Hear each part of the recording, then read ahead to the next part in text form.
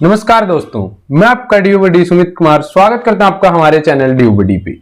आज इस वीडियो में हम देखेंगे कि अगर आपने नॉन मेडिकल से क्लास 12th की है, यानी फिजिक्स, केमिस्ट्री और मैथ्स के साथ नॉन मेडिकल की है, तो आप कौन कौन से ऑप्शंस चूज कर सकते हो।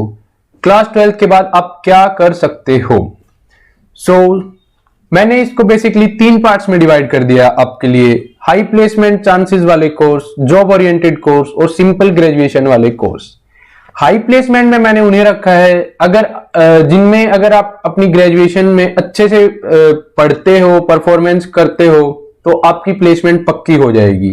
जॉब ओरिएंटेड में मैंने उन्हें रखा है कि अगर आप क्लास 12th के बाद वो ऑप्ट करते हो तो आपकी प्लेसमेंट पक्की है।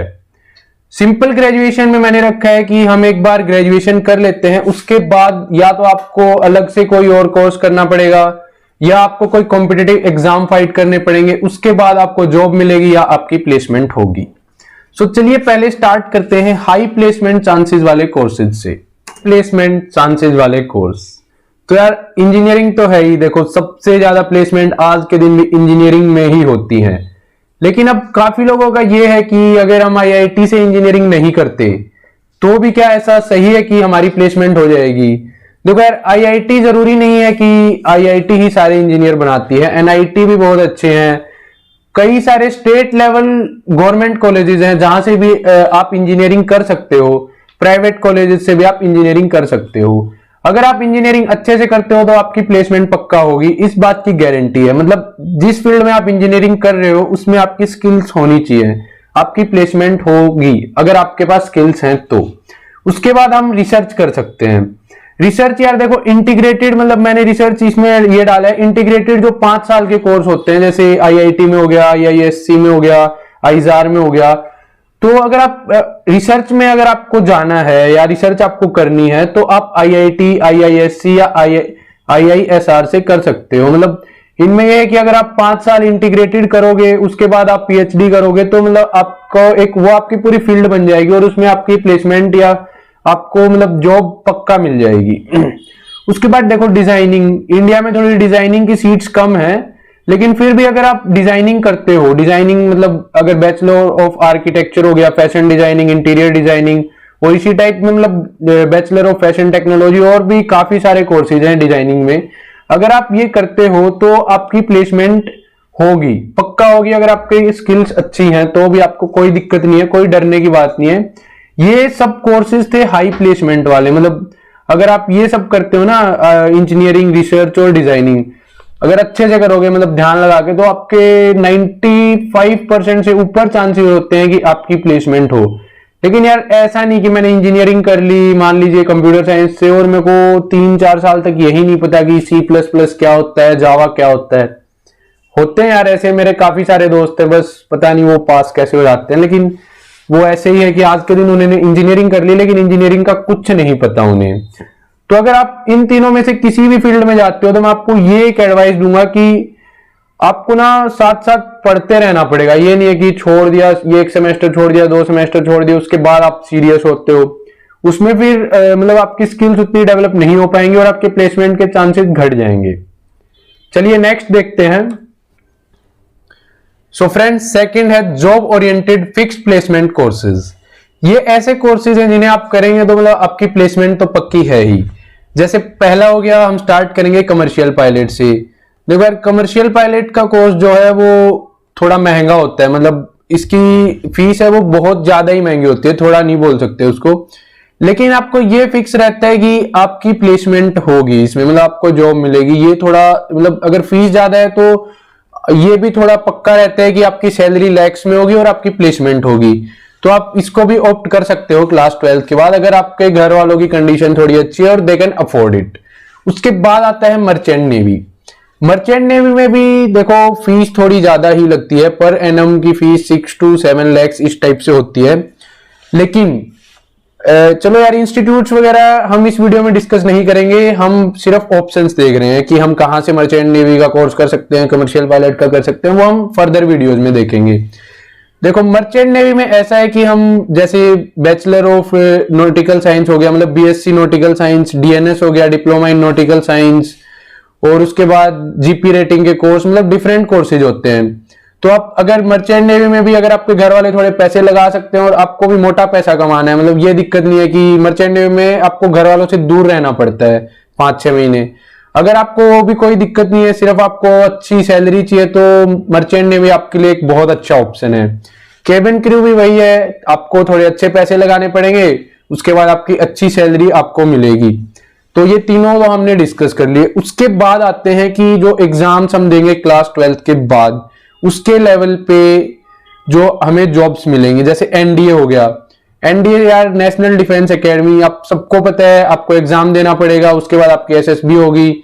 लेकिन आपको फिक्स है कि अगर आप एक बार एसएसबी क्लियर कर लेते हैं और मेरिट में आपका नाम आ जाता है, उसके बाद आप आर्मी में लेफ्टिनेंट बनेंगे, ये आपको फिक्स होता है। मतलब आर्मी का मतलब आर्मी, नेवी, एयरफोर्स, आपको कुछ भी मिल सकता है आपकी प्रेफरेंस के हिसाब से। उसके बाद है इंडियन एयरफोर्स। इंडियन एयरफोर्स यार क्लास 12 लेवल पे ना एग्जाम्स कंडक्ट करवाती है, डबल ग्रुप एक्स और ग्रुप वाई के। अगर आप वो क्लियर करते हैं, उसका फिजिकल और मेडिकल क्लियर करते हैं, तो फिर आपकी जॉब पक्की लग जाती है, मतलब आप एयरमैन बन जाते हो इंडियन एयरफोर्स में। ये भी अगर आप फर्दर नहीं पढ़ना चाहते, आपकी 12th गलती से हो गई है, या आपकी मतलब थोड़ी फाइनेंशियल कंडीशंस अच्छी नहीं है और आपको आगे पढ़ाई से कुछ लेना देना नहीं है, आपको जॉब चाहिए, तो ये बहुत अच्छा ऑप्शन है इंडियन एयरफोर्स आपके लिए। Same Indian navy class 12 level पे डबल ए और एसएसआर मतलब दो टेस्ट करवाती है, और डबल ए और एसएसआर वही है। इसमें अगर आप फर्दर नहीं पढ़ना चाहते, आपको तुरंत सेटल होना है, जॉब चाहिए, तो ये भी आपके लिए बहुत अच्छा ऑप्शन है इंडियन नेवी।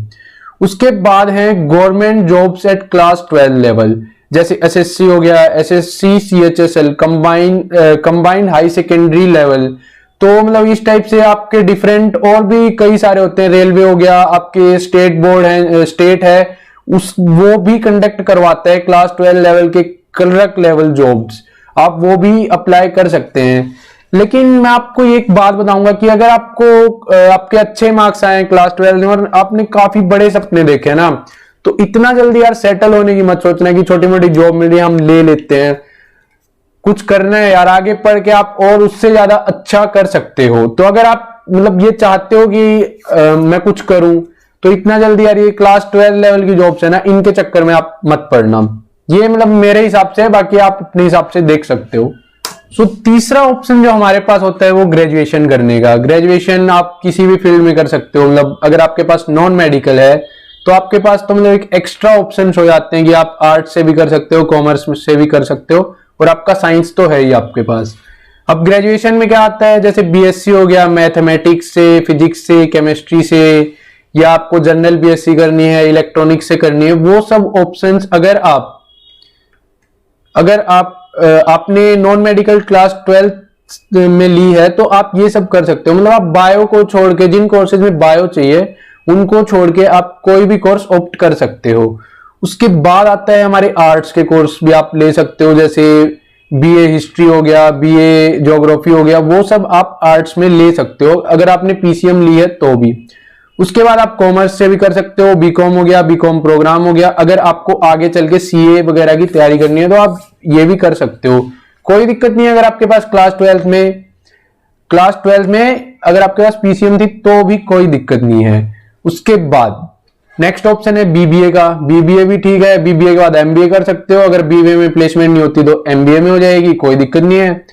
अगर आपको जुडिशियरी की तैयारी करनी है, मान लीजिए आपको सरकारी वकील बनना है, जज बनना है, तो आप क्लास 12 के बाद एलएलबी कर सकते हो। क्लैट का एग्जाम होता है वो पास करके। यार देखो एलएलबी क्लास 12 के बाद फायदा है, अगर आपको आगे चल के जुडिशियरी ही करना है ना, तो इसका एक फायदा है कि आपको सिर्फ 5 साल लगेंगे। नहीं तो अगर आप ग्रेजुएशन करोगे उसके बाद 3 साल की एलएलबी फिर से होगी। अगर आप इंटीग्रेटेड करोगे तो सिर्फ आपकी 5 साल की होगी। तो अगर आपको जुडिशियरी में जाना है तो ये बहुत अच्छा ऑप्शन है आपके लिए। फिर आता है BCA, bachelor of computer application. ये भी अच्छा है, अगर आप ढंग से करोगे तो प्लेसमेंट हो जाएगी, नहीं तो एमसीए कर सकते हो आप बीसीए करने के बाद। अब यार जैसे करते करते में आप बोलोगे कि कर सकते हैं, लेकिन अगर आप अच्छे से करोगे ना तो प्लेसमेंट आपकी हो जाती है। ऐसा कुछ नहीं है कि बेरोजगारी बढ़ रही है, लोग घूम रहे हैं। जिनको अपने फील्ड की ना अच्छी जानकारी है या स्किल्स अच्छी है ना, उनकी प्लेसमेंट हो रही है यार, आज के दिन भी हो रही है, कोई दिक्कत नहीं है इसमें। अब फिर हम देखते हैं कि हम ग्रेजुएशन करने के बाद क्या कर सकते हैं। आफ्टर ग्रेजुएशन, ग्रेजुएशन के बाद पोस्ट ग्रेजुएशन का रास्ता आपके लिए खुल जाता है कि हम आगे मतलब बीएससी की करी तो हम एमएससी कर सकते हैं, एमएससी के बाद हम पीएचडी कर सकते हैं। मैंने पीएचडी यहाँ पे लिखा था, मेरा पीएचडी खो गया है, यहाँ पे पीएचडी कर सकते हैं। अगर आपको फिर प्रोफेसर वगैरह की तैयारी कर मतलब प्रोफेसर आपको टीचिंग लाइन में जाना है, असिस्टेंट प्रोफेसर वगैरह लगना है, तो आप यूजीसी नेट का पेपर पास करके आराम से किसी गवर्नमेंट में या प्राइवेट में तो आपको मिल ही जाती है कोई ना कोई जॉब, आपको टेंशन लेने की जरूरत नहीं है। अगर आपको टीचिंग लाइन में नहीं जाना, आपको मतलब डिफेंस में जाना है, तो फिर से आपके लिए ग्रेजुएशन के बाद रास्ते खुल जाते हैं। एक तो आप क्लास 12 के बाद जा सकते थे, एक आप अब ग्रेजुएशन के बाद सीडीएस का एग्जाम पास करके जा सकते हो। अगर आप फीमेल कैंडिडेट हो तो भी आप सीडीएस का एग्जाम देके डिफेंस फोर्सेज में जा सकते हो। एक आता है फिर एफकेट, एयरफोर्स इसको कंडक्ट करवाता है खुद से, एयरफोर्स में जाने के लिए होता है एफकेट, ये भी मेल फीमेल दोनों के लिए होता है, कोई दिक्कत नहीं है। अगर आपने ग्रेजुएशन कर ली और फोर्सेज में जाना है तो आप एफकेट भी कर सकते हो एयरफोर्स के लिए।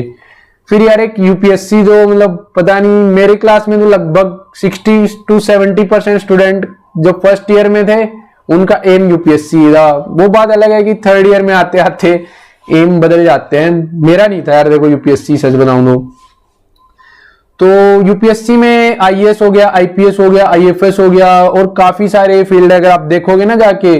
क्लास 12 में तो मतलब इतना पता नहीं होता कि बस यही बोल देते हैं यूपीएससी यूपीएससी।